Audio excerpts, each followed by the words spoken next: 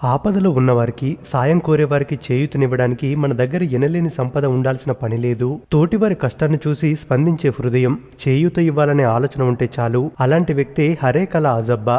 ఆర్థికంగా నిరుపేద వ్యక్తి అయిన అజబ్బా సాయంలో మాత్రం నిజమైన శ్రీమంతుడు. చదువుకోని వారికే అక్షరం విలువ తెలుస్తుందంటారు. ఆ విలువ తెలిసిన వాడు కాబట్టే ఎంతో మందికి అక్షరదానం చేస్తున్నాడు.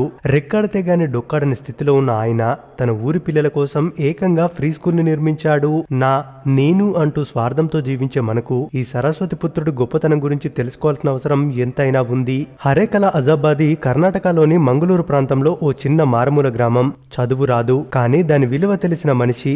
రోజు మంగళూరుకి ఓ బుట్టలో బత్తాయి పళ్ళు తీసుకుని అమ్ముకోవడం, దాంట్లో వచ్చిన డబ్బుతోనే కుటుంబాన్ని నడపడం. ఎంత కష్టపడ్డా 100-200కు మించి లాభం ఉండేది కాదు. అయితే అప్పుడున్న పరిస్థితుల్లో ఊర్లోని పిల్లలందరూ చదువుకోవడానికి స్కూల్ ఉండేది కాదు. దాంతో పిల్లలు కూలి పనులకు వెళ్తూ భవిష్యత్తుపై ఏ భరోసా లేకుండా బ్రతికేవారు. అదంతా చూసి హజబ్బా మనసు కలిచివేసేది. ఈ క్రమంలోనే ఓ రోజు పండ్లు అమ్ముకుంటుండగా ఓ విదేశీ జంట అజబ్బా దగ్గరికి వచ్చి పండ్లు ఎంత అని ఇంగ్లీష్లో అడిగారు. ఆ భాష అజబ్బాకు అర్థం కాక కన్నడంలో సమాధానమిచ్చాడు. కానీ ఆ జంటకు హజబ్బా భాష అర్థం కాక చిరాకుతో అక్కడి నుండి వెళ్లిపోయారు.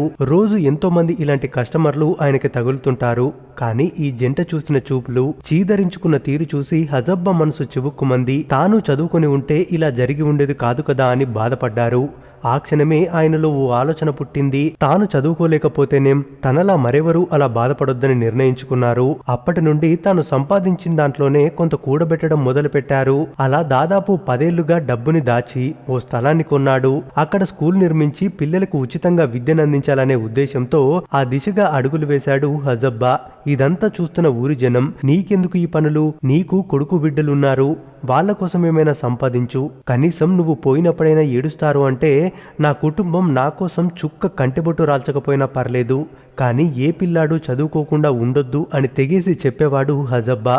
అలా 2000 సంవత్సరంలో ఒక చిన్న గదితో స్కూల్ ని ప్రారంభించాడు. కానీ చదువు చెప్పడానికి టీచర్ ఉండేది కాదు. తన గ్రామంలో ఉన్న చదువుకున్న వారితోనే మొదటి అడుగు వేశాడు. దక్షిణ కన్నడలోని జిల్లా పంచాయతీ కార్యాలయానికి వెళ్లి తన పాఠశాలకు విద్యా సౌకర్యాలను అధికారికం చేయాలని మొరపెట్టుకున్నాడు.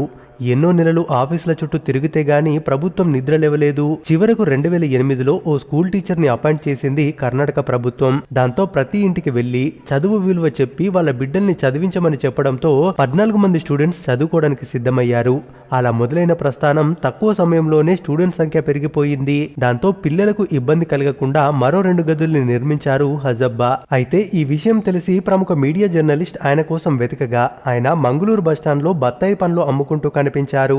దగ్గరికెళ్లి తనను తాను పరిచయం చేసుకున్నాడు ఆ జర్నలిస్ట్. లాభం వస్తుందో లేదో కూడా తెలియని ఈ వ్యాపారం చేస్తూ ఇంతమంది పిల్లల్ని చదివించాలనుకుంటున్నారు, అసలు మీ ధైర్యం ఏంటి అని అడగ్గా జరిగిన విషయాన్ని చెప్పుకొచ్చాడు హజబ్బా. ఇక ఈ కష్టమంటారా, ఆ పిల్లలు గలగల ఇంగ్లీష్ లో మాట్లాడుతుంటే నేను పడ్డ కష్టమంతా మర్చిపోతాను అంటూ ఆనందంగా సమాధానమిచ్చాడు హజబ్బా. అలా ఆయన గొప్పతనం గురించి ఆ జర్నలిస్ట్ వార్త రాయడంతో ఈ మహానుభావుడి గురించి ఈ ప్రపంచానికి తెలిసింది. దాంతో స్థానిక మీడియా ఆయనకి అండగా ఉంటూ ఎన్నో అవార్డులు వచ్చేలా చేయడంలో వెన్నుదన్నుగా నిలిచారు. ప్రముఖ కంపెనీల నుండి ప్రోత్సాహం అందడంతో ఇప్పుడు 10వ తరగతి వరకు 300 మందికి పైగా స్టూడెంట్స్ ఆ స్కూల్లో చదువుతున్నారు. అది కూడా ప్రైవేట్ స్కూల్ కి దీటుగా. అక్కడి పిల్లల ప్రతిభ చూసి ప్రైవేట్ స్కూల్ కి వెళ్లే స్టూడెంట్స్ కూడా హజబ్బా పెట్టిన బడికే క్యూ కడుతున్నారంటే హజబ్బా ఎంత పటిష్టంగా ఆ స్కూల్ ని నిలబెట్టాడో అర్థం చేసుకోవచ్చు. ఇక బయట కాలేజీలో చదవాలంటే ఎక్కువగా ఫీజులు తీసుకుంటున్నారని తెలిసి తనకు వచ్చిన అవార్డ్స్ తాలూకు డబ్బులు కొంత అప్పు చేసి 2012లో ఓ కాలేజీని కట్టేశాడు. ఇప్పుడు చుట్టుపక్కల ఊర్ల స్టూడెంట్స్ కూడా ఆ కాలేజీలోనే చదువుతున్నారు. అయితే ఎంత చేసినా తన గురించి గాని తన కుటుంబం గురించి గాని ఆలోచించకుండా సమాజమే నా ఇల్లు అని నిస్వార్థంగా సేవ చేస్తున్న హజబ్బాకు ఇప్పటికే పలు సంస్థలు, రాష్ట్ర ప్రభుత్వం అనేక అవార్డులతో సత్కరించింది. ఇక ఆ అవార్డులతో పాటు లభించే మొత్తాన్ని పాఠశాల అభివృద్ధి కోసమే వినియోగించేవాడాయన. ఈ క్రమంలో ఓసారి అవార్డుతో పాటు వచ్చిన 5 లక్షల రూపాయలను స్కూల్ కోసమే కేటాయించాడు. ఇక భవిష్యత్తులో వచ్చే మొత్తాన్ని కూడా పాఠశాల అభివృద్ధికే వినియోగిస్తానంటున్న హజబ్బాకు సొంత ఇల్లు కూడా లేదు. కానీ తన గురించి ఆలోచించకుండా పిల్లల భవిష్యత్తు గురించి ఇంతలా ఆరాటపడుతున్న హజబ్బాను ప్రశంసలతో ముంచెత్తుతున్నారు నెటిజన్స్. ఇక కేంద్ర ప్రభుత్వం కూడా ఆయన గొప్పతనాన్ని గుర్తించి పద్మశ్రీ అవార్డును ప్రకటించింది. ఈ విషయాన్ని ముందుగా ఆయనకి ఓ అధికారి ఫోన్ చేసి చెప్పారు. హిందీలో మాట్లాడారు. హజబ్బా గారు, మీకు పద్మశ్రీ అవార్డు వచ్చింది, కంగ్రాట్స్, త్వరలోనే మిమ్మల్ని కలుసుకుంటామని చెప్పి ఫోన్ కట్ చేసేశారు. హజబ్బాకి హిందీ రాదు, కానీ అతని మాటల్లో ఏదో అవార్డు ఇస్తున్నారనే విషయాన్ని మాత్రం గమనించాడు. ఆ తర్వాత రేషన్ షాప్ ముందు క్యూలో నిలబడ్డ హజబ్బా దగ్గరకు దక్షిణ కన్నడ డిప్యూటీ కమిషనర్ కార్యాలయ సిబ్బంది వచ్చారు. తనకు కేంద్ర ప్రభుత్వం పద్మశ్రీ ప్రకటించినట్లు తెలిపారు. దీనిపై స్పందిస్తూ, ఇదంతా నాకు నమ్మబుద్ధి కాలేదు, అంతా కలలా అనిపించింది, అవార్డు రావడం ఎంతో సంతోషంగా ఉందని హజబ్బా చెప్పుకొచ్చారు. ఇక హజబ్బాను ఢిల్లీకి తీసుకొచ్చేందుకు దక్షిణ కన్నడ ఎంపీ దగ్గరుండి ఏర్పాట్లు చేశారు. ఢిల్లీకి వచ్చేందుకు కూడా హజబ్బా దగ్గర డబ్బులు లేవు. ప్రభుత్వమే అన్ని ఖర్చులు భరించి ఆయన ఢిల్లీకి తీసుకొచ్చింది.